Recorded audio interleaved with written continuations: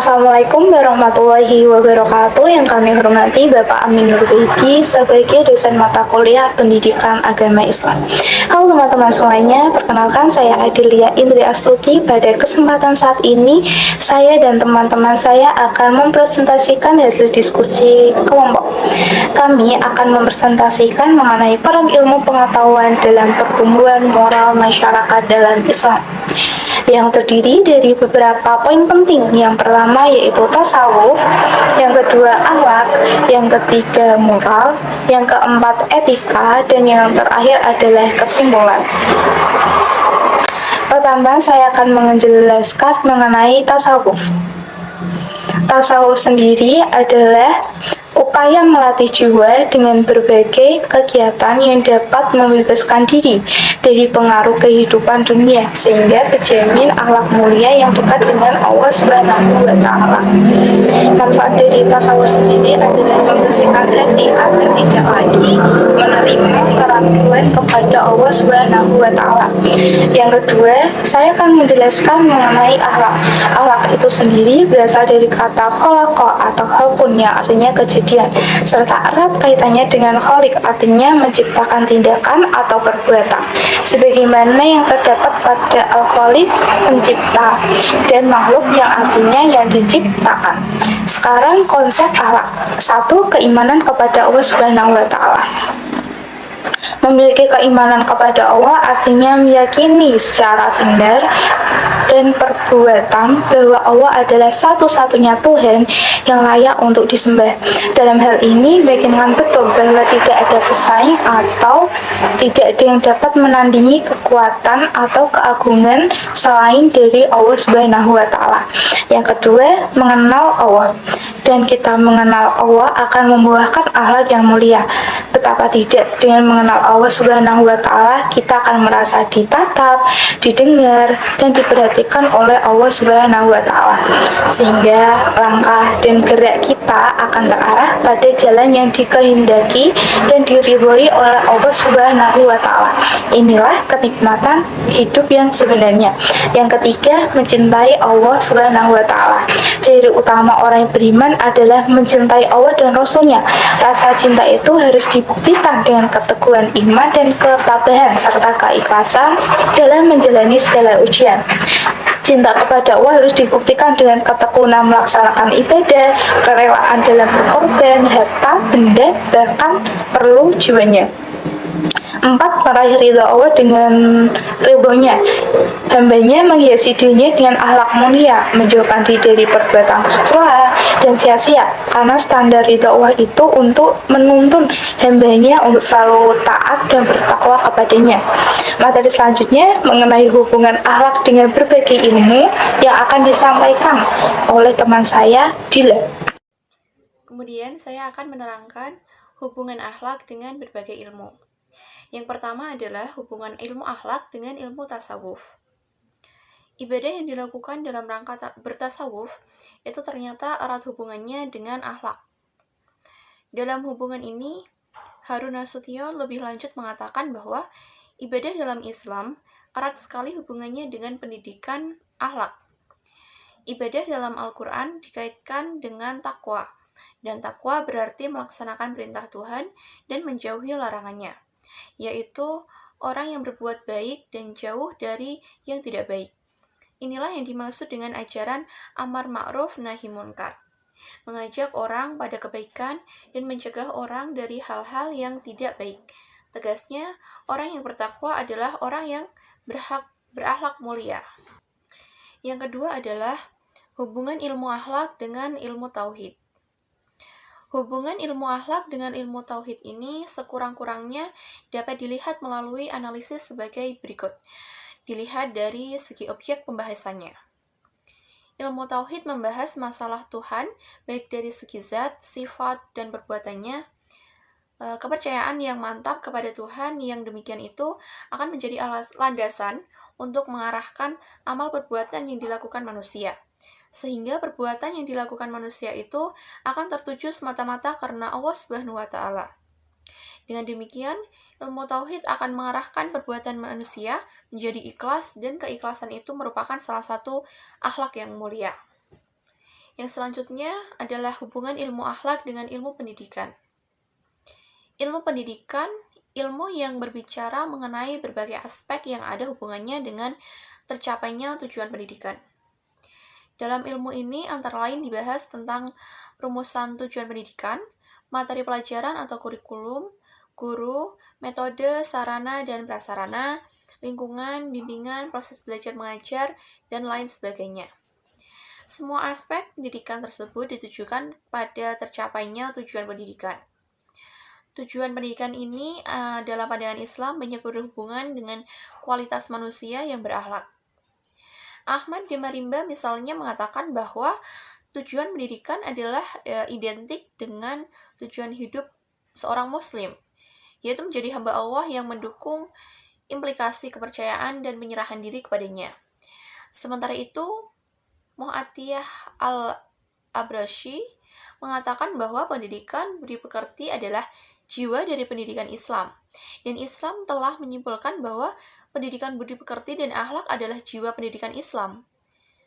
Jadi mencapai suatu akhlak yang sempurna adalah tujuan sebenarnya dari pendidikan.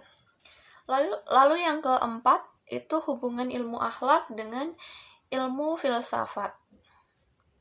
Filsafat sebagaimana diketahui adalah suatu upaya berpikir mendalam, radikal sampai ke akar-akarnya, universal dan sistematik dalam rangka menemukan inti atau hakikat mengenai segala sesuatu. Dalam filsafat, segala sesuatu dibahas untuk ditemukan hakikatnya. Kita misalnya melihat berbagai merek kendaraan, lalu kita memikirkannya, membandingkan antara barang itu dan lainnya. Kemudian kita menemukan inti atau hakikat kendaraan, yaitu sebagai sarana transportasi. Pemikiran Ibnu Khaldun tentang manusia misalnya. Dalam melihat manusia, Ibnu Khaldun mendasarkan diri pada asumsi-asumsi kemanusiaan yang sebelumnya lewat pengetahuan yang ia peroleh dalam ajaran Islam. Ia melihat manusia sebagai makhluk berpikir. Oleh karena itu, manusia mampu melahirkan ilmu pengetahuan dan teknologi. Sifat-sifat semacam ini tidak dimiliki oleh makhluk lainnya. Lalu yang terakhir, atau yang kelima, itu hubungan ilmu akhlak dengan ilmu jiwa. Dilihat dari segi bidang garapannya, ilmu jiwa membahas tentang gejala-gejala kejiwaan yang tampak dalam tingkah laku.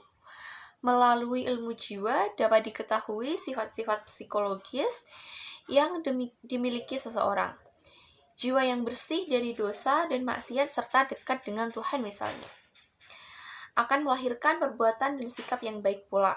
Sebaliknya, jiwa yang kotor, banyak berbuat kesalahan dan jauh dari Tuhan akan melahirkan perbuatan yang jahat, sesat dan menyesatkan orang lain. Dari uraian tersebut menggambarkan adanya hubungan yang erat antara potensi psikologis manusia dengan ilmu akhlak. Dengan kata lain, melalui bantuan informasi yang diberikan ilmu jiwa atau potensi kejiwaan yang diberikan Al-Quran, maka secara teoretis, ilmu akhlak dapat dibangun dengan kokoh. Dengan demikian, ilmu jiwa adalah ilmu yang dapat digunakan sebagai alat atau sarana untuk mengembangkan akhlak pada diri seseorang.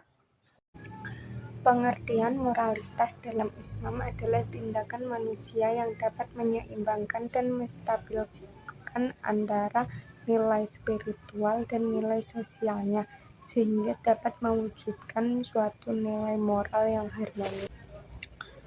Peran ilmu pengetahuan dalam penumbuhan moral masyarakat melalui beberapa cara, yaitu 1. Pemahaman yang lebih baik, 2. Etika dalam ilmu, 3. Pendidikan, 4. Pemecahan masalah, 5. Pengembangan teknologi.